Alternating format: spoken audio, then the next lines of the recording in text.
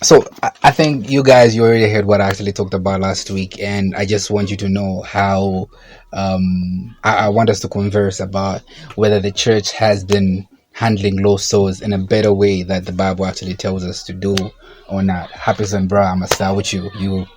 You know, yeah, Okay. You're the core of this place. All right. Thank you, bro. Thank you so much. And talking of how the church handles the lost souls, it's a diverse topic on its own, and we can talk for a whole day when we just sit down and talk about that.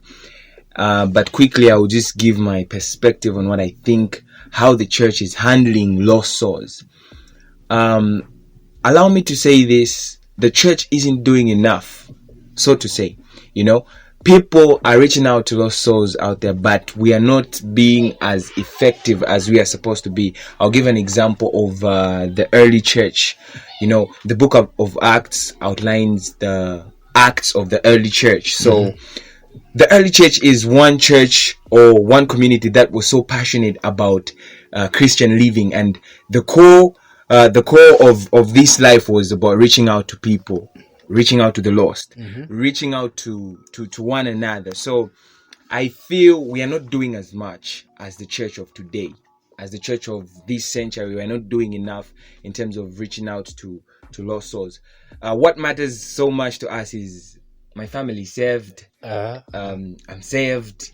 I go to church every Sunday. That's what matters. We don't care about the people that are perishing out there. We don't care about the lost souls that are straying out there. For as long as my church and I attend for as long as my family and I attend church every Sunday, then we're good. We're good to go. Yeah, we're good. So I feel we can do better than we are doing right now. That's just my perspective. All right, Francis, dude, what do you think about that? Do you think the church has been handling the issues of lost souls? Not just the church. When I'm talking about the church, I'm talking about you personally, as a person, as a human being.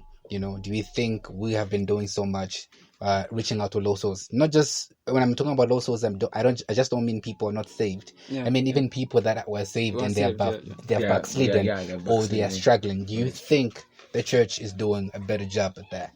Yeah. Okay. From my point of view, I think the church is not actually doing so much. Okay, maybe for some areas, maybe for some people, like a few of them are doing their part, but not everybody is doing what they're supposed to be doing. Because initially, when you follow God and when you follow the church, you don't usually go to church for the sake of wanting to please your friend or your pastor or just to fill up the number. Because your aim is to win that soul, and I feel like the church or the members, some of the people from the churches are not really consistent in following the people that they helped, to go back online with God. But you find that consistency is not there, and then I feel like at times where you might communicate with that person, but the moment that person loses control or there's not much of communication with the church and the members and everything like that. You find that there's not much of or consistency between the person and the church itself. So you find that I think we need more effort in terms of following up with people that don't really go to church, or you might have helped them go to church quite right, or at least help them have an idea of God and preaching to them. I think you should always have that consistency of trying to reach out to them always, and not where just once in a while, and then you find that person maybe may go out of line, or just I think maybe that's I get most you, of it. I get you, man. So you kind of reminded me of certain things where sometimes where we just think of oh my God, I've allowed this soul to actually know the Lord, right? Sometimes we think that's just enough. That's just what I'm saying. Enough, last week I was talking about people are more concerned about filling up pews in churches, and rather than just getting the content into somebody. You know what I'm trying to say? It's just not about. We forget that it's just not about it's just not about me getting that person to church. Okay, and filling up the number. It's about the person having a personal relationship with God. Now that's the thing. It's also about it also goes beyond that, right? It's not just the person having a relationship with God. They need to have a relationship with me. You know what? You are not a mercenary, okay, for lack of a better term, that go ahead and hunt and delivers. Okay, like there is another, like there's another mission beyond that. You know what I'm trying to say? I can't connect with the God you're telling me about if I can't connect with you. You know what I'm trying to say? I have to connect with you.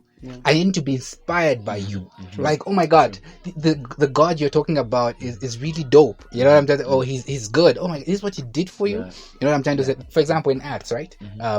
Before we actually even get deep into quoting, all right? So in Acts, when Paul just started preaching the gospel of Christ, okay,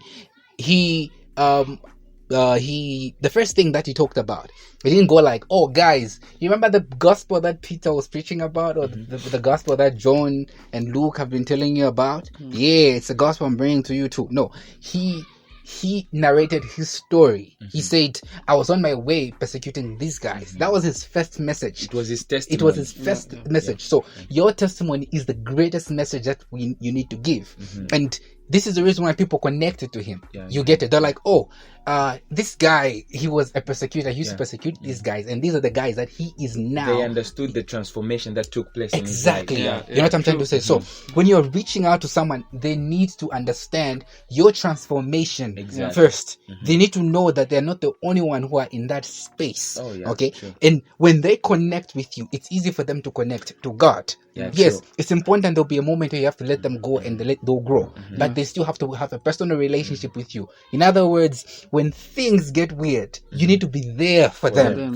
You know what I'm saying? Speaking of that, I think when we mess that stage up, it messes the entire life of that believer, because that's why we find people. That's why we find new believers backsliding without standing long in the Lord. This is what I mean. You cannot give someone discipleship if you can't connect with them. You know, discipleship is one thing that we shouldn't run away from as believers. Because we want things, you know, Christians of nowadays want things to be instant. We want someone to just receive Jesus Christ there and then, and they become on fire for God without feeding them. You know, feeding them with the word of God through discipleship, through one-on-one talks. You know, you engage with them into the faith talk. You know, they've just received Jesus Christ. So what? So what follows after that? It matters so much, because somebody is going to receive Jesus Christ as their personal Lord and Savior. Quite all right.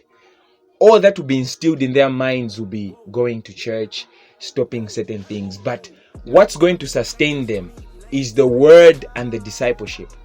Now, how do you give that to them? It's through having a connection with them. So I'm more like kind of trying to build up on the point that Dervin was trying to put across. You know, if I'm leading somebody to Jesus Christ, there must be friendship. There must be a connection between me and them. True. It's more like the friendship will be a foundation for everything that will follow. You know, they'll be transparent with you. They'll be honest enough to tell you what they struggle with. They'll be honest enough to tell you their weaknesses, even as they engage in the new journey of the Christian walk.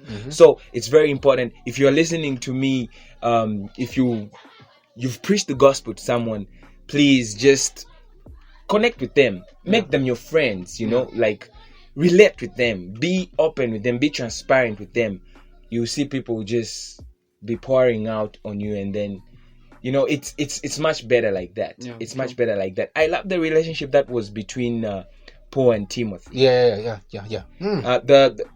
First Timothy gives us it's more like it highlights or opens a door on how these people related. You know, it says, greetings.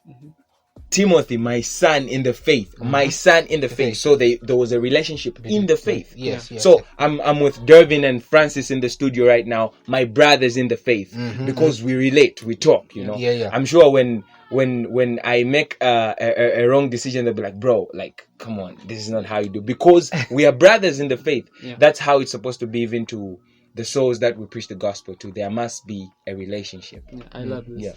So before we actually go away for a while, all right, before we go away, Francis, I think you got something to say.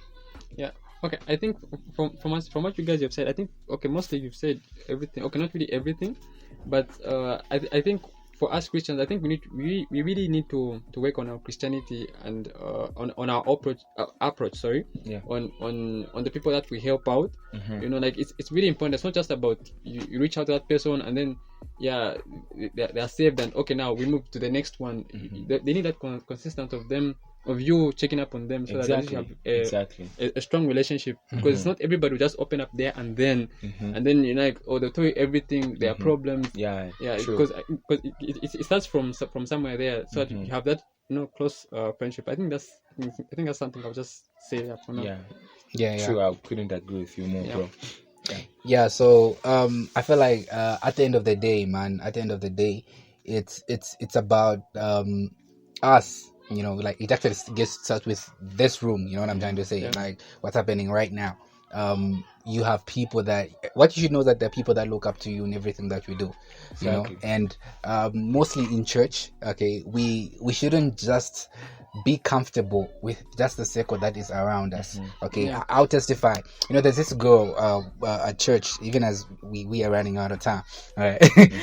But there's this girl in church. I was actually telling you that, Francis. It's a moment where I have talked to this girl once in person. Like we don't have this physical relationship. You know what I'm trying to say? I saw this girl sing and I told her I was a fan. You know what I'm trying to say? And I gave her my number and she gave me a number and we started talking. All right. But she's the only person that has actually been checking up on me consistently until now. Anyway, thank you guys for showing up. You're welcome. Such an honor, such a privilege. Salute, bro. Salute. All right, so we'll catch you in the next one, possibly part 2 of part 3. Actually, part 3. We have a lot to talk about. All right, catch you on the other side. Peace.